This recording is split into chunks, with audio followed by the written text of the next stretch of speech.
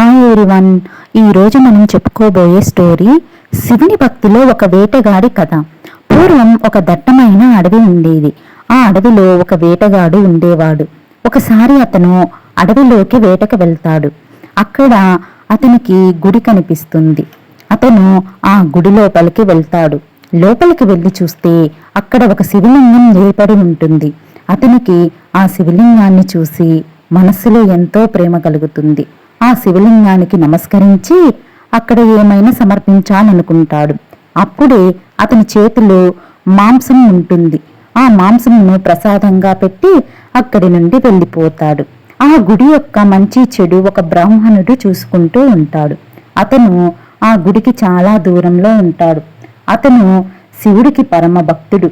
కానీ తన ఇంటికి గుడి చాలా దూరంలో ఉంటుంది. అందువల్ల 10 రోజులకు ఒకసారి ఆ గుడికి వచ్చేవాడు. గుడిని శుభ్రపరిచి శివలింగానికి పూజ చేసి నైవేద్యం పండ్లు పూలు సమర్పించి ఇంటికి వెళ్ళిపోయేవాడు.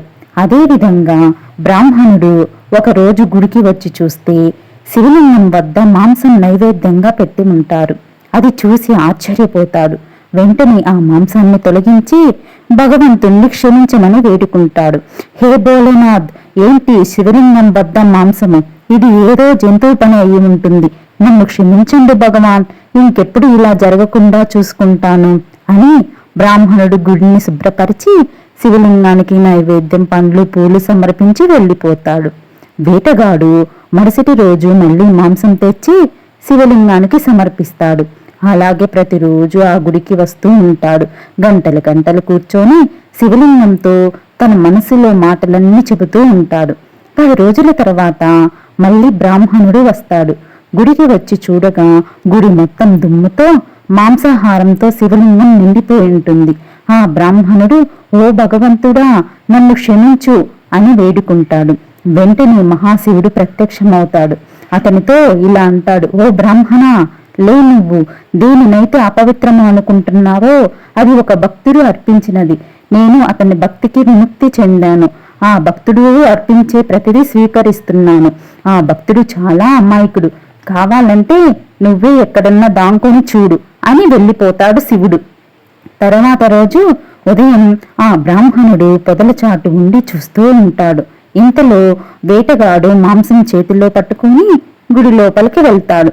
శివలింగాన్ని చూడగా శివలింగం యొక్క ఎడమ కన్నుకు రక్తం కారుతూ ఉంటుంది. వెంటనే వేటగాడు, ప్రభు, మీకు ఏం కాదు, మీరు చింతించకండి అని బయటకు వెళ్ళి కొన్ని ఆకులు కోసి నూరి శివలింగానికి పూస్తాడు. అయినా రక్తం కారటం తగ్గదు. ఆ బాధను వేటగాడు చూడలేకపోతాడు. వెంటనే వేటగాడి యొక్క కన్ను తీసి శివలింగానికి పెడతాడు. అలా చేశాక కంటి నుండి రక్తం కారటం తగ్గుతుంది. వేటగాడు సంతోషంతో ఊపిరి పీల్చుకుంటాడు.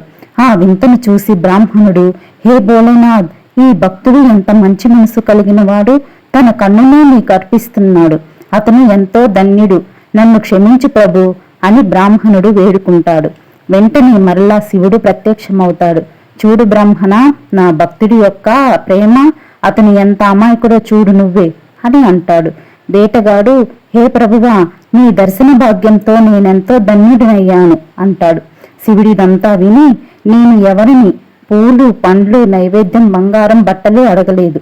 మంచి మనసుతో నన్ను తలుచుకుంటూ ఆరాధిస్తే చాలు అని చిరునవ్వు నవ్వుతూ అక్కడి నుండి వెళ్ళిపోతాడు.